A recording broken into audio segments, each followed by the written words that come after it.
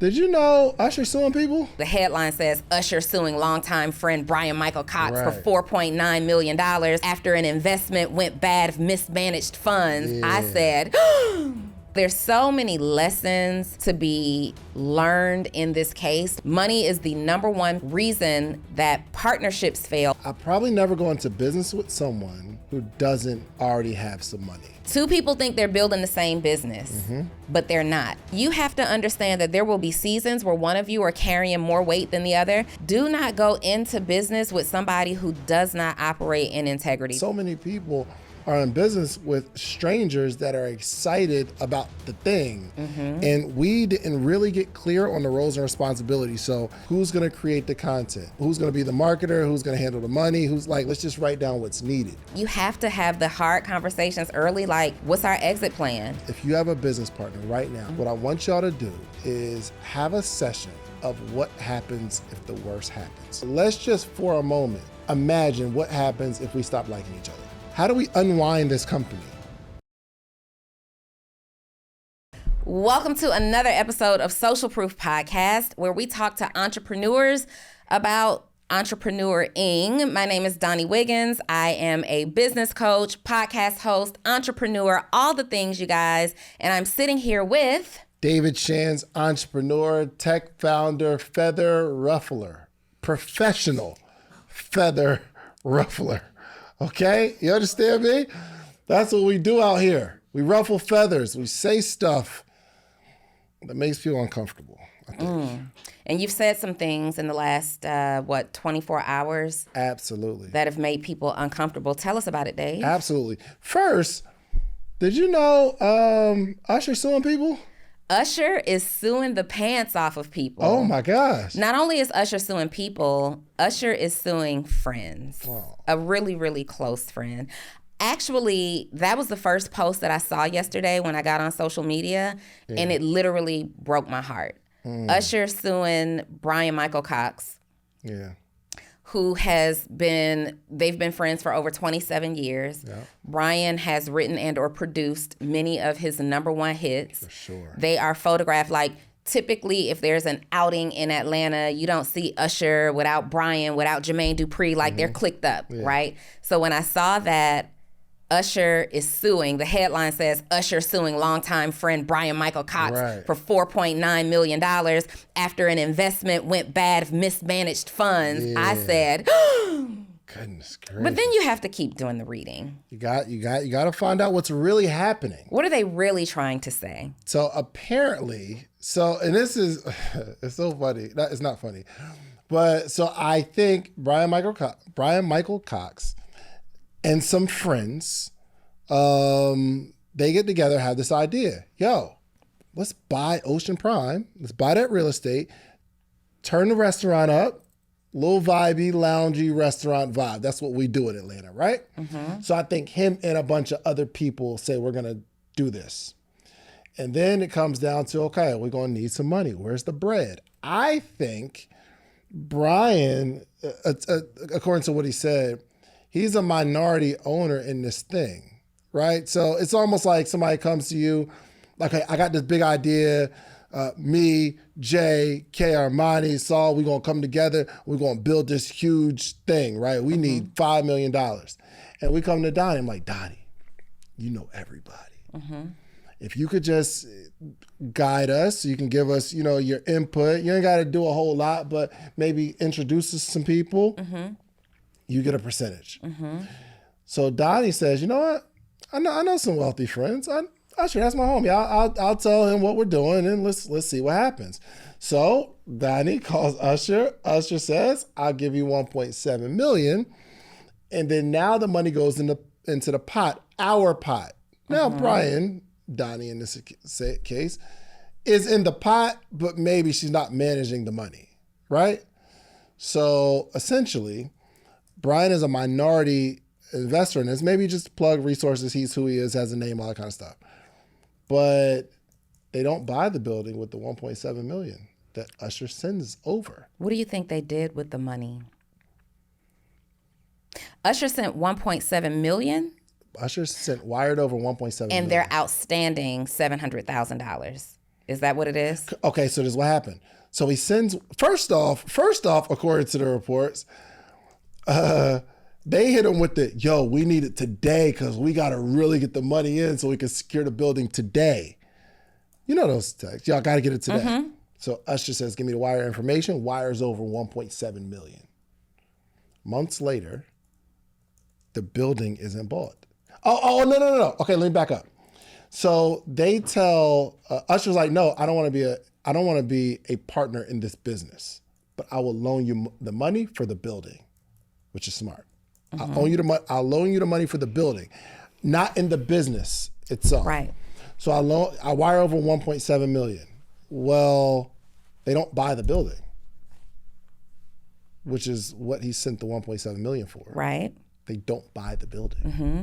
So what happens is they're like, oh, well, we got to get the money back. They wind up sending Usher $1 million back. Mm-hmm. But how much did he give, ladies and gentlemen?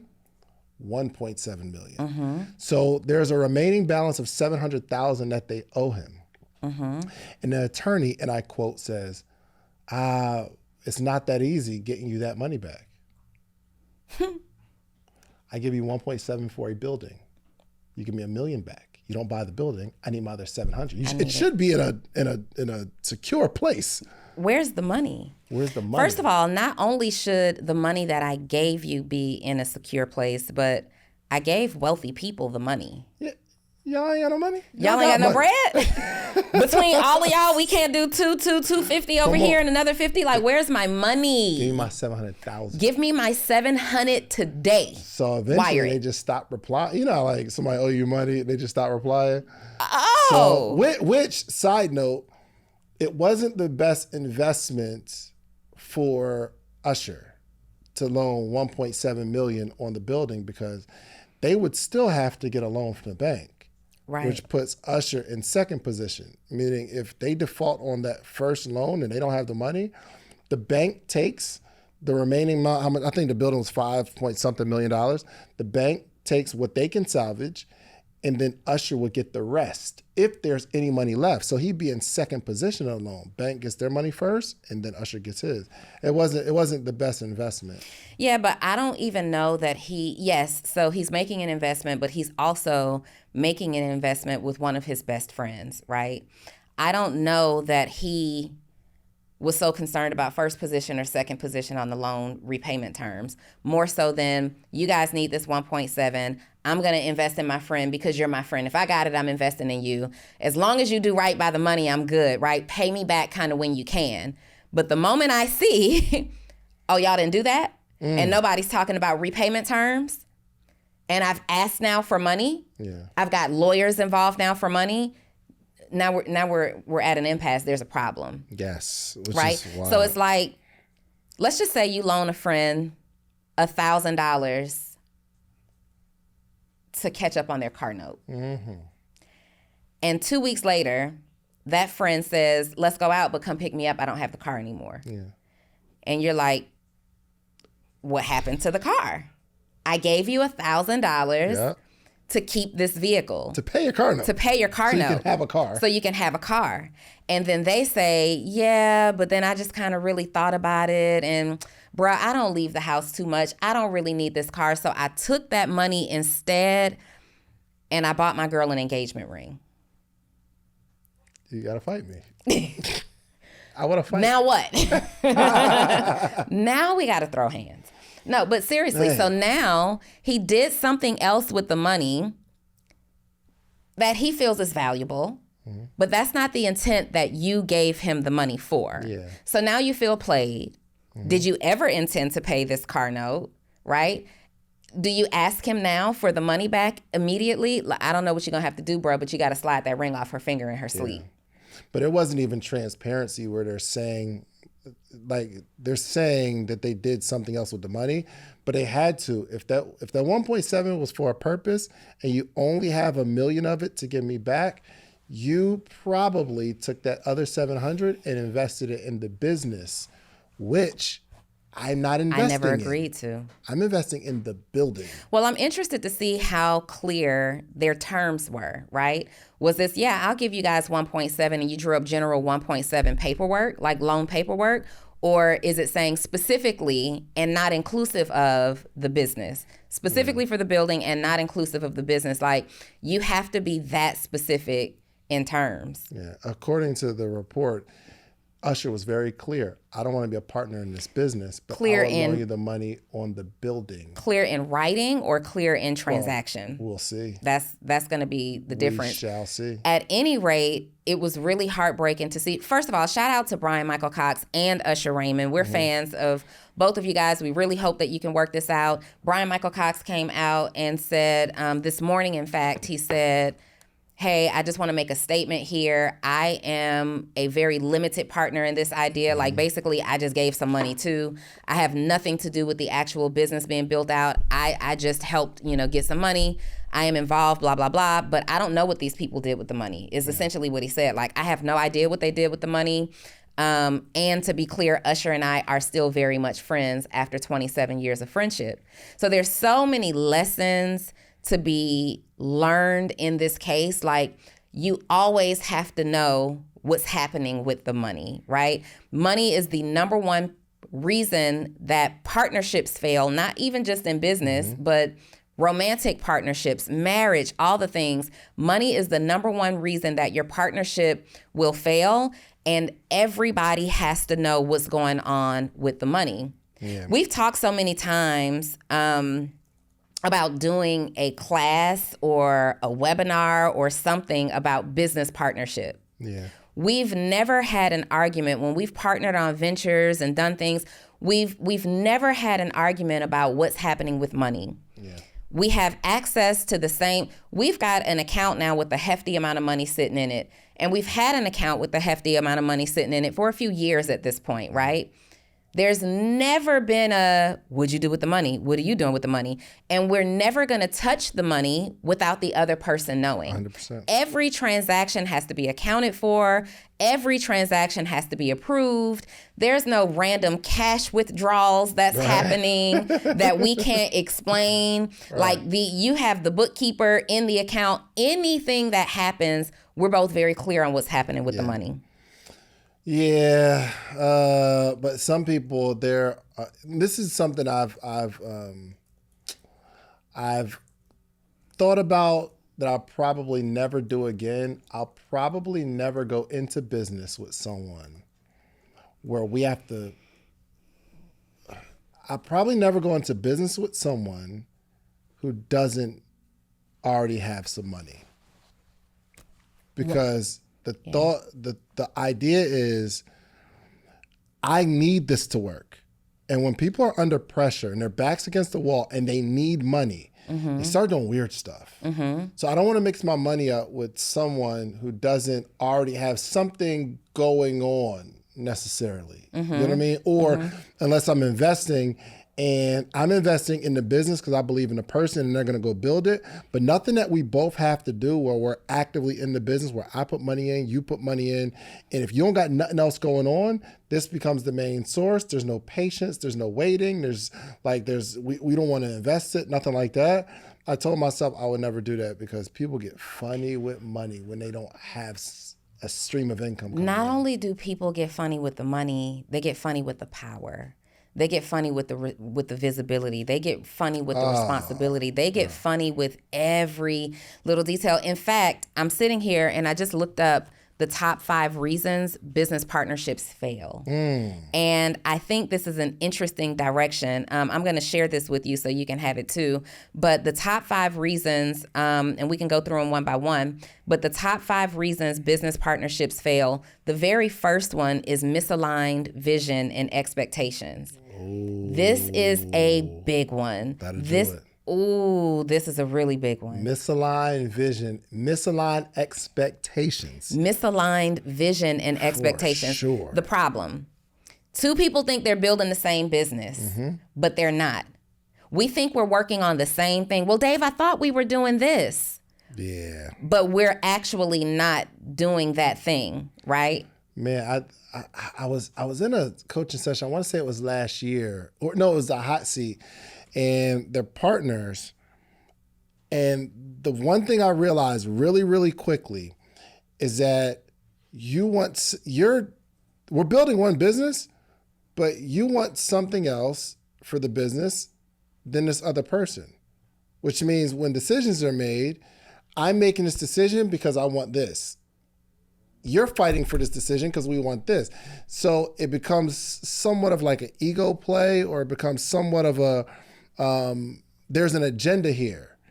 And if we're not moving in the same direction, it has to crash. Mm-hmm. It has to. It has to. And when we're talking about misaligned vision and expectations, to your point, sometimes I'm trying to send you this right now. Mm-hmm. Sometimes you want to build a business that's generating revenue right now. Mm-hmm. It has to generate revenue today. And not only does it have to generate revenue today, you're expecting that you'll have the ability to access that revenue today, right? Yeah. Whereas maybe your business partner is saying, no, we're going to make some money today, but we're in this for the long run. We're not touching that money until there's a couple $100,000 in the bank. Mm-hmm. We're only taking this money right now that we're making and reinvesting it into the business. There's no salary. There's no payout. There's nothing that's happening other than reinvesting in the business, right? And so you want to make sure that when you decide to be partners with someone, that you have the same vision. Okay, so we start making money. Are we in this to make money? Are we in this to make impact? Are we in this to do both? Mm-hmm. How do we handle the money? But money is its own topic. Correct. When typically you're misaligned in vision, some of the things that you want to look out for is, how big do we want to build this? Mm-hmm. Do we want to build this big? Do we want to build this small, right? Do we want to stay small? Are we looking for passive income? Are we looking for more active income? Are we willing to evolve, right? Because I've seen business partnerships go bad because it's like, oh, we're business partners.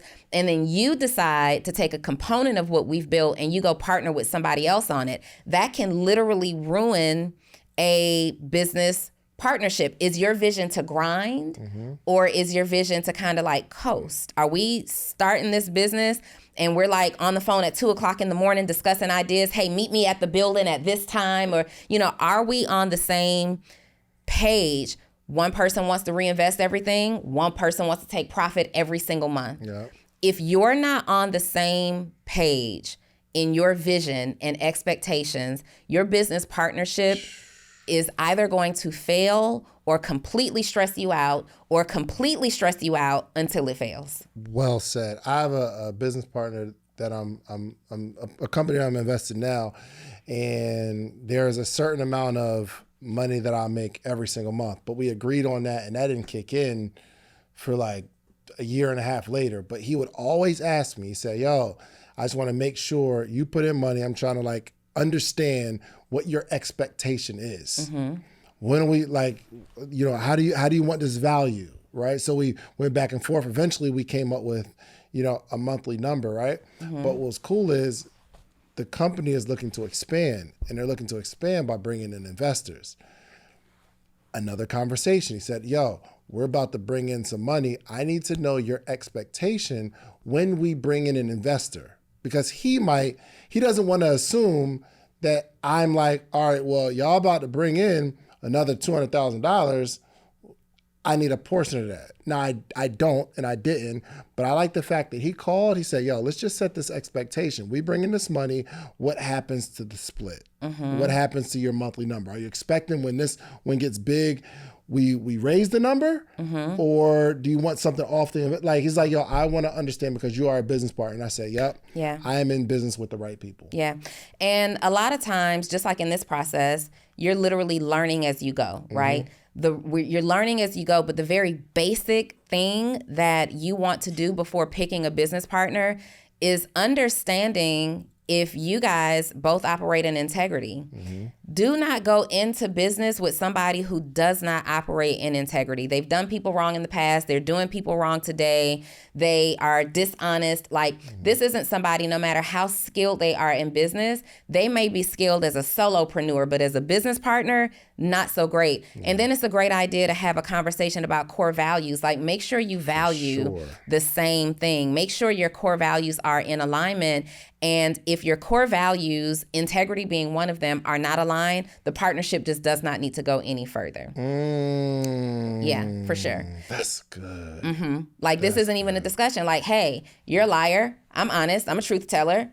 End of story. End of story. You steal money. I don't steal. End of story. You don't care about the customer at the end of the day. I care very deeply about the customer at the end of the day. End of story. Like, just like, God, business partnerships kind of model marriages and significant relationships so much, because you will overlook so many things because a person is great in one area. And that greatness in one area isn't enough to carry a relationship forward long term, right? And because so many of us, yourself and I included, are figuring out partnerships for the very first time, like, I want to make sure that you understand some of the things, and these are some of the things that we've done. These are some of the things that we I remember with our workshops, it's like, okay, how much are we going to charge? What do you want to do with the money? What are we going to, how do we split? What's the split? Like, we had those conversations, not even realizing at that time that we were building our partnership criteria, right? So those small workshops where we were charging like $20 to be in the room, $25 to be in the room, set us up, those little conversations set us up to be able to handle multi-million-dollar projects and assets and a bank account with the hefty amount of money in it. I want to give you some things to prevent misalignment in partnership, right? Number one, have a conversation with whoever you're thinking about. What does success actually look like to you year one? What does success look like for you year one? Before we even do this, is this a long-term partnership or a short-term partnership? We can partner on webinars, right? It's a component of my business. It's a component of your business. We can say for the next 6 months, we're going to partner in webinars and split it 50-50 or 60-40, whatever that looks like. But that's just what we're going to do. That's a part of my marketing model over the next 12 months. That's not necessarily what's going to be happening in my business in 5 years. So is this a long-term partnership or a short-term partnership? And in that time frame, let's break it up. What does success look like for you in month 1 if it's a short-term partnership, month 6, month 12? Long-term partnership, what does success look like for you year 1, year 3, year 5? I love it. I love it. All right. Number 2. Sure. No clear roles or responsibilities. Oh, that's a big one. No clear roles or responsibilities. Yeah. I think what works for us is, I guess, we don't have to do what I'm going to tell other people to do, meaning like we could, but writing down all of your, all the roles that need to be filled, write out your strengths, weaknesses, things of that nature, because we have a relationship. I know you, you know me. I know what you're great at.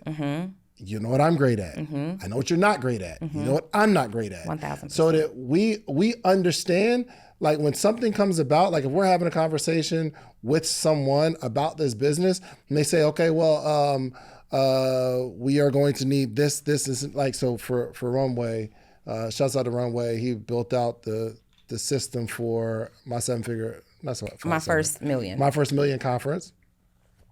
And he creates this list of things we're going to need. We can both look at the list and say, yep, that was Donnie's. Yep, that was mine. Yep, that was Dottie's. Yep, I'll take that one. Because we know who we're in business with. But so many people are in business with strangers that are excited about the thing. And we didn't really get clear on the roles and responsibilities. So this is one of the first things you all need to do is sit down. And I want you to first write out all the things that are needed. Before we even get to title, CEO and COO and CFO and CMO, and I'm the president and I'm the vice president. Shut up. Because you ain't none of that. Don't nobody care about none of that. Nobody's any of that in day one. Oh, right. Nobody's any of that day one. There needs to be a list of roles, things that need to be done. Who's going to create the content? Who's going to be Who's going to be the marketer? Who's going to handle the money? Let's just write down the things that are needed. Before we start looking at it from our own skill set, let's just write down what's needed. And then we can go to the list. And here's what I'd say. Me, you, or new. Number 1, me. I'll take that one. 2, you take that one. 3, neither one of us are good at this. We need a new solution for this. Well, okay. That's good, Dave. If we're going to find a solution, maybe we don't have somebody to hire, but we need to come up with something where we can pull our strengths together to get this done in a system format or something. Maybe we got to take some money and pay somebody to fill that one. Yeah. Me, you, or new. Yeah, I love that, which is going to bring me to number 3, because after you've defined your roles and responsibilities, one of the reasons business partnerships fail is because one person or both feels like there's unequal amounts of effort being deployed into the business. And this is such a huge one, you guys. Let me tell you something. Just like, marriages are not 50-50 or 100-100, whatever you like to frame it, it's not going to be an equal effort of 100-100 all the time. Sometimes somebody's going to be given 70 when the other person is given 30, right? And when you are building a business, let's just say in the very, very, very beginning of the business, whoever is most qualified in the operations of the business, right? Your systems, your structure, your framework, your legal setup, that person is probably going to be carrying the most weight. Why? Because we have to set up all of the foundations and the systems that the creative person isn't qualified to do. But when we sat down in number 2 and highlighted all of our roles and responsibilities and we picked what we were good at, operator, in the beginning, this is your time to shine, right? This is but you're looking at, before we can even get off the ground, you're looking at your partner saying, man, I'm the only one who's up at this hour doing all the work. This is you. Because we're not at a place yet where we're ready to receive customers for the creator to come in and kick in, right? So you have to understand that there will be seasons where one of you are carrying more weight than the other. That doesn't mean that you need to get paid any more than the other person gets paid. You're still a 50-50 partner or whatever that looks like. You will go through seasons where you feel like the other person just doesn't contribute whatsoever. You're going to go through a season where you feel underappreciated, right?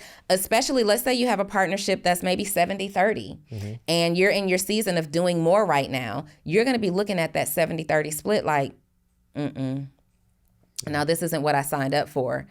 But if you just keep going and you start building the business and you make it through putting the foundation together, and now we're receiving customers, and now it's time for the creator or that person to actually fulfill and start doing that thing, you're going to realize, operator, that the systems become less and less and less and less and less time consuming. It becomes more about managing. So we're going to start to balance out the scorecard just a little bit more, right? And so when you are going into these new partnerships, the key to preventing a failed partnership is to have as much clarity up front as possible before you ever even get started. Because it's really hard to not understand how we're going to split this money, what we're going to do with the money, how we're going to take profit. It's really hard to have that conversation after the fact. See, sometimes you're going into business and you think, oh, we're going to have our first $5,000 month. Well, what if you actually do really, really well and you have a $50,000 month? Now the expectation about whether we take profit and how much of a split becomes harder to have because you're looking at bigger numbers. So you need to understand how you contribute. You need to understand who's going to be showing up more in this season. How can I show up more in a season when you're seeming to be carrying the majority of the weight?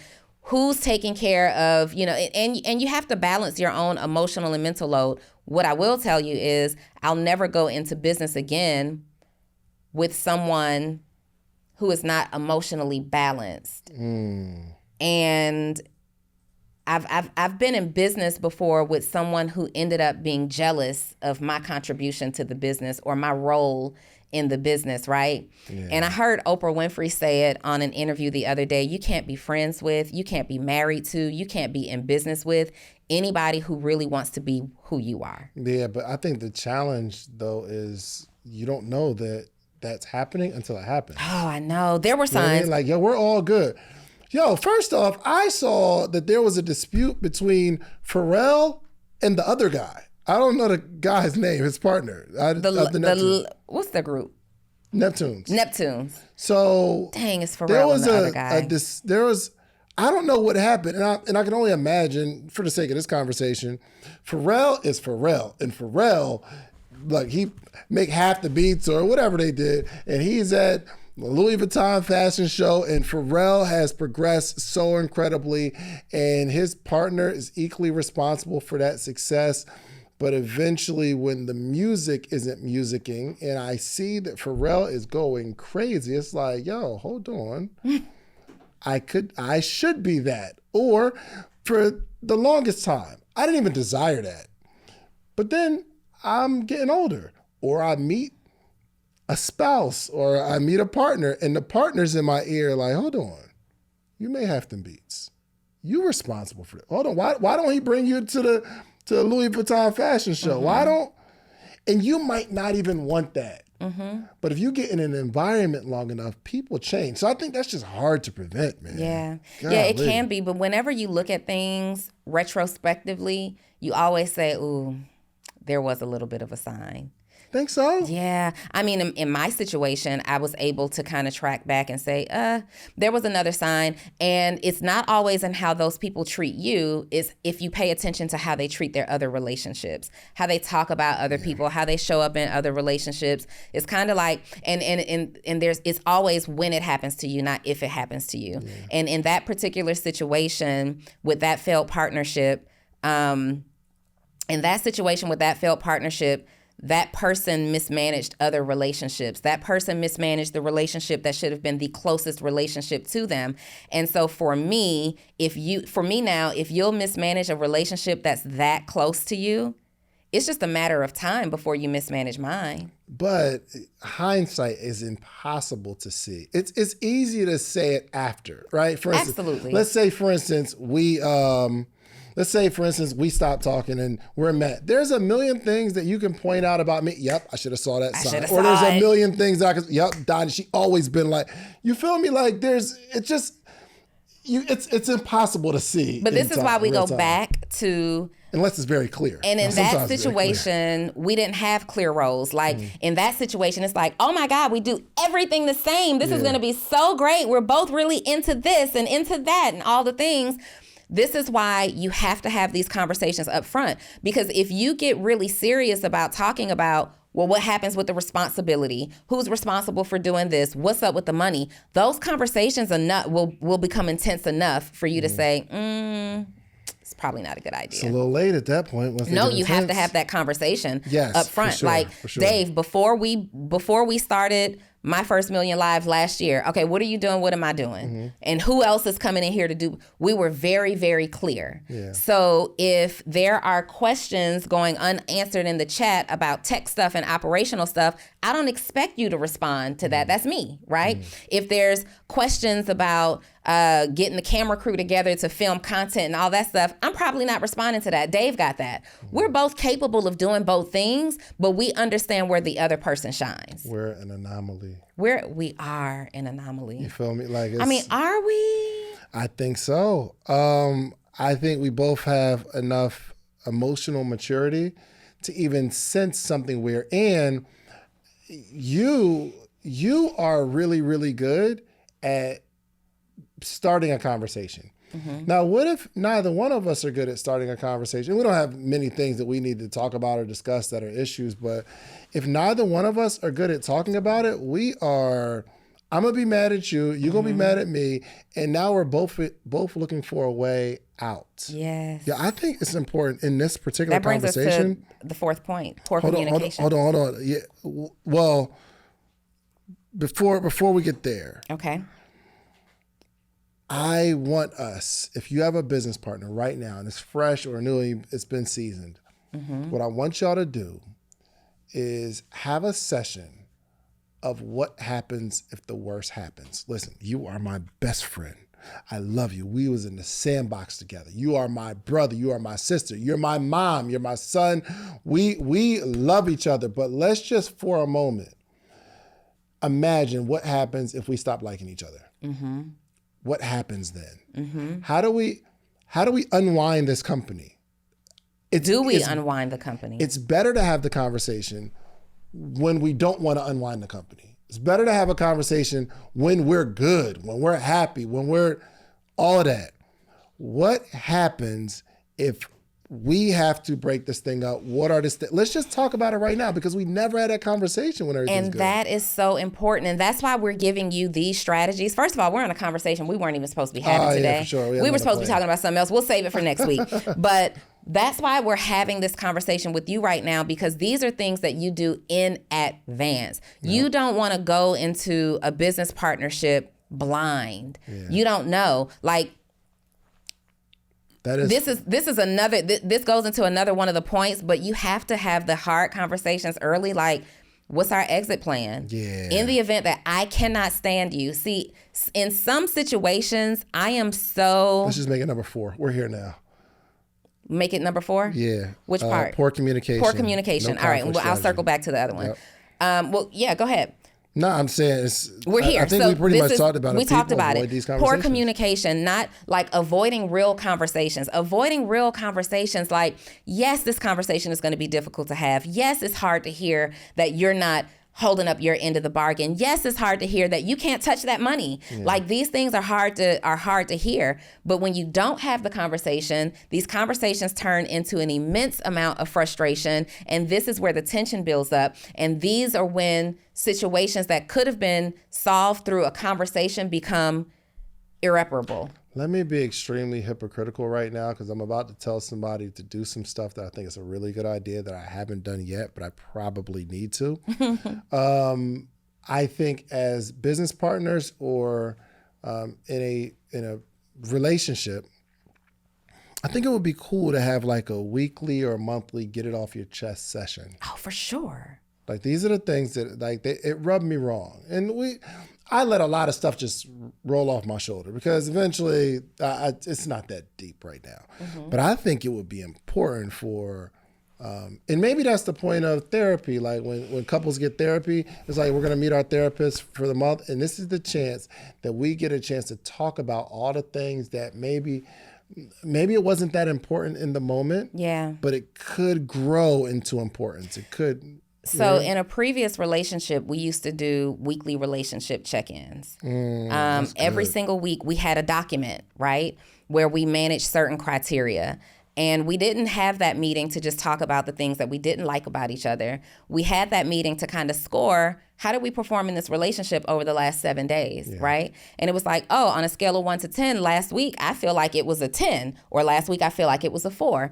And it opened the door for conversations to give each other an opportunity to talk about what you did very well. And it was very important to always talk about the wins first. How did we win in this partnership or in this relationship over the last 7 days? What did you do extremely well? I liked it when you did this, right? And so you always start out endearing and then say, okay, now not what I don't like, not what the problem is, but where are our areas of opportunity? Well, last week, I think we had better opportunity to communicate a little bit more. Yeah. Okay, great. Give me an example. Well, you know, when you said you'd be home for dinner, but you ended up running into a business partner, you guys wanted to hit the bar, you sent me a text, but we didn't get a chance to really talk about that. And there was an opportunity for us to communicate just a little bit better there. Okay, great. I see your perspective. Mm-hmm. And then we graded the meeting based on how we felt like we presented during the meeting. Did we get over emotional? Did we become angry? Did we storm out? Because we're not perfect. Sometimes those things are going to happen. You think, what about what? I don't answer to you. And blah, you know, like these things are going to happen. Yeah. Hard conversations don't feel good. But those meetings worked so well to manage the relationship while we were in it. They also worked so well to uncover that we weren't meant to be in a relationship at all. Yeah, for sure. And what about in communication where we're both right? Mm-hmm. We're both right. Mm-hmm. I believe I'm right. You believe you're right. Yeah. Is there a way to mitigate that or to solve it? Because I deeply believe I'm right about this situation. Mm-hmm. You deeply believe. So what I've learned in therapy about situations where you feel so connected to your right is, are you more committed to the idea of being right, or are you more committed to solving the problem, right? And you have to my solution is the solve to the problem, and your solution will crash it. No. So now, instead of me saying, I'm right, this is the solution, I don't necessarily have to be committed to that idea. I now have to say, okay, Dave, can I at least see your perspective? Do I at least understand your perspective? I might not agree with your perspective being the solution, but can I at least agree with it? Yeah, I see where you're coming from. Now, let me confirm that you see where I'm coming from. Can you now understand my perspective and where I'm coming from? And usually when we start having those conversations, we're able to create a compromise, like a meet in the middle. You know what? You're not wrong here. I'm not wrong here. How can we take both of our ideas, put them together, and solve the problem? Because it's important for you to know that I'm not trying to be right. I'm trying to move forward together. I want to go left. You want to go right. We can't go to the middle. We can't go to the middle. There's no You're road being stubborn. there. Yeah, you're being stubborn. You're right? being stubborn too. No, I'm trying to compromise. I'm trying to create a solution. And then sometimes we cannot go. There's no road to the middle. We have to make a left or a right here. This is so interesting because I recently put together a partnership agreement, right? Okay. And we have these struggles where it's like, no, we shouldn't be doing this. Yes, we should be doing this. I know what we should be doing. Yeah, but I built this a million times over. I know what we should be doing. And I literally built in an accountability metric through a third party, right? So sometimes you have to have somebody else to talk to. Sometimes you are both absolutely right.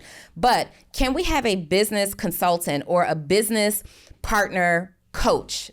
Those exist, I found out, right? Yeah. A business partner coach that we can have on standby that says, hey, we're at an impasse here. We need a session with you immediately. Can you review this and help us come up with a result, a process in which we move forward? And sometimes that's going to be the case, but you have to agree to tap out. We're not going to sit here and argue perspective. I'm not going to argue going left while you're arguing going right.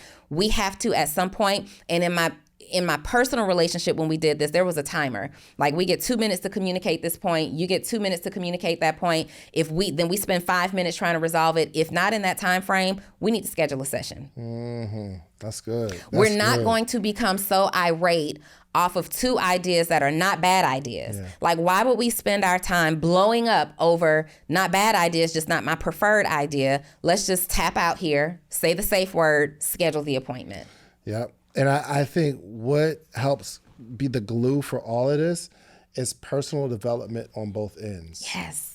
Because I can see in that situation, okay, we get a mediator and they side with you.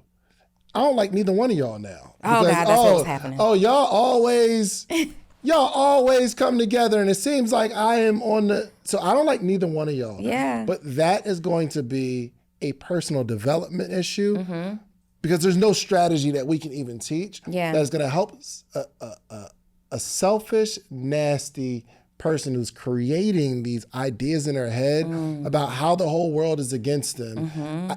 We can't help you with the 1, 2, 3 steps. There's nothing we could do, but we have to be committed to personal development. 1,000%. I'm not even interested in being friends with people who are not committed to personal development. Mm-hmm. Like, I have gone through such a pruning season just in this year alone, simply because I can't stand the way you think. Yeah. And your unwillingness to do anything about it. I can't believe you would do that. Mm-hmm. I can't believe this is a decision that you are absolutely okay with making. And then when we discuss it, you're standing on it, but it was deplorable behavior. Yeah. I am in a season of scooting you right on out of here, right? If you are someone who's not interested in personal development is nothing but a commitment to saying, I am in pursuit of my best and highest self. Yeah.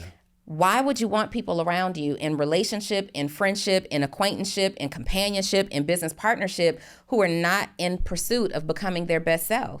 Yeah. That's a person with very average goals, very average mindset, very negative mindset sometimes even. And I think that, one, you have to align with people that you actually like. Yeah. I think me and my wife this has been a really good journey for me as a husband, because I've just learned so much through the process. You're with someone every single day of your life. There's no better personal development if you're looking for it, if you're looking to be on that journey. But I've adopted the philosophy of I will let you be wrong from my own perspective, right? So I am deadlocked on the fact that I'm right.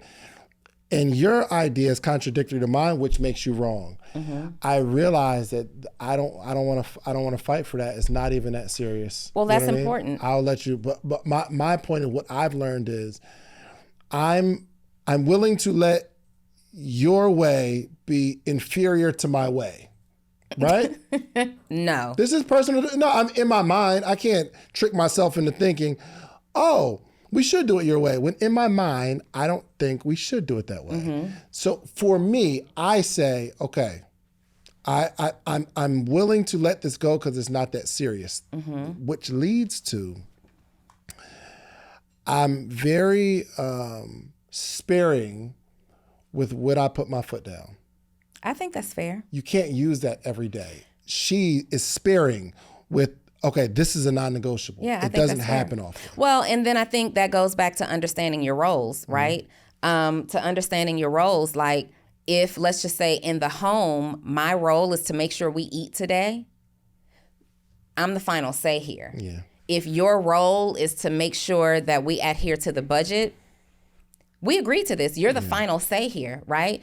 But if we share roles in where we take our annual family vacation, we're going to go back and forth on this one, all right? You want to go cold weather, I want to go tropical. We're going to talk about this until we get it right and compromise here. So it's really important that you understand roles, and I think it's really important that you stick to assigning roles, because there are going to be so many moments where you don't necessarily agree. Okay, great. Who's the team leader in this area? Team leader has to take charge. That doesn't mean that we don't consider each other. It just means that, babe, after 3 hours of talking about this, I understand your perspective, but I got to put my foot down. I got to hold firm on this one. I want you to be okay with the decision, though. So if we need to get the mediator on the phone, let's do that, right? There's a book by Mel Robbins called Let Them. It might be the Let Them Theory. That book is such a great read. Fire. Everybody should read this book because you will learn that many things are just not that important. And so when it comes to solutions and solving conflict in business partnerships or relationships, first, think about how much do I even care about this? We're arguing over chicken nuggets or chicken fillets. Like, do I even really care? It's not like I'm vegan and we're arguing over these things, right? Give me the chicken nuggets. It's fine. Or I'll just go get something on my own. Sometimes you just have to let people do what they're going to do. I want to wrap up, though, with point number 5. And business partnerships fail. We talked about this a little in the beginning because of financial confusion. Oh, yeah. Financial confusion. This is where things get ugly. Like, not even just disagreements, but I'll flip the whole table over. Where's the money? Where are the monies, right? Money goes missing. It's mismanaged. It's loosely tracked. One person wants more money than, the other. One person wants to decide what you're going to do with the money. Man. Nobody knows what's coming in. Everybody doesn't know what's going out. And how to prevent those things. You want to make sure that you have shared visibility into accounts. So it's, let's talk about it in our executive weekly meetings, and things of that nature. Let's make sure we understand, hey, show me the money, show me the account ledger. Let me see that, right? Or you can have access to it. But let's both look at the account ledger and see what's going on with our money, if money could potentially be in question for us. Question cash transactions, because at the end of the day, the accountant can't justify your cash transaction. Everything has to be documented with a receipt or a traceable transaction. Written reimbursement rules. What do you get reimbursed for? How do you get reimbursed for it? When do you get reimbursed for it, right? Is this a reimbursable expense? Are you spending money on setting up vendors out of pocket? Okay, Dave, well, you didn't tell me that you were doing that. Nobody asked you to do that. Yep. We have to have these conversations up front.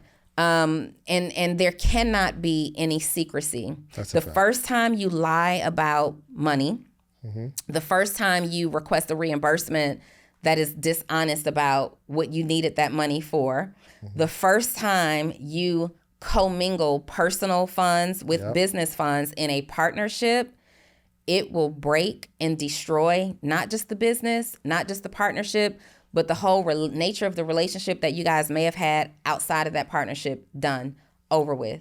You got to be really, really clear about the money. Just side note, I think the company owes me $1,000 for our tax preparation. I just didn't. Our company? Yeah, I don't think we took it out yet. So Did you pay it? Let me see the receipt. See that receipt. Let me see the receipt.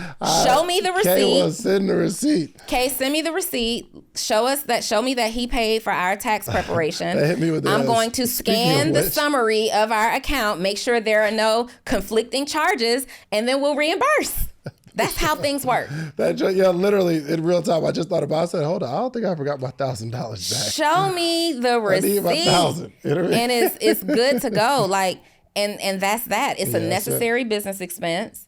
You paid for it out of pocket, which should never have happened. Well, I don't have a debit card for the account, so I use my But card. You do. No, I don't. I don't know where you put the debit card. I don't have a debit card for my own business account. Okay, so you're just putting things in places where you don't access it. I don't use debit cards. But we both ordered them at the same time. But we don't be taking nothing out of it like that. Listen, y'all, we don't put nothing on no debit card. We don't put anything.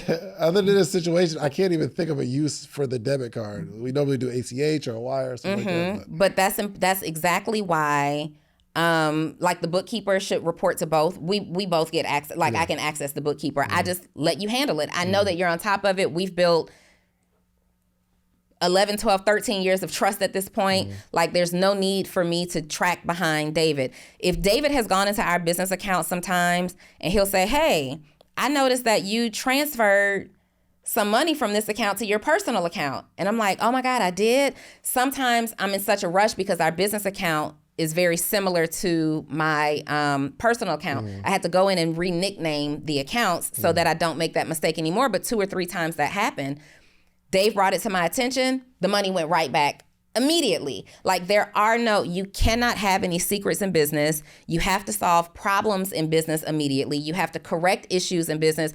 Do we refund people? How do we handle chargebacks? How do we handle all these things? Money is a tough conversation in business. I wish I could go on, but I got to get out of here. Money is a tough conversation. All these things are tough conversations. But if you want a successful partnership, be willing to have the tough conversations. Absolutely. One of y'all got to be comfortable bringing up the tough conversations. Vitally important, y'all. Listen, put in the chat, the comments. We want to hear what your takeaways are. And if you are about to go have a conversation with your business partner, let's do that. I want to see how that turns out. So DM us, let us know how it happened. All right, we are out of here. What are you doing? I'm posing for a picture. It's supposed to be a natural picture. Yeah, but my natural pictures aren't cute, ever. Like, I'm always stuck in the middle of some awkward... Today is the first day, so he'll take the picture. Yo, Jay is committed to only taking pictures of me looking like I'm learning. Like, all your pictures do look like that. That's the only ones he takes. Like, there's like talking, he's just... I think he waits until I'm listening. I can feel when he's around with the camera, and I'll go from like to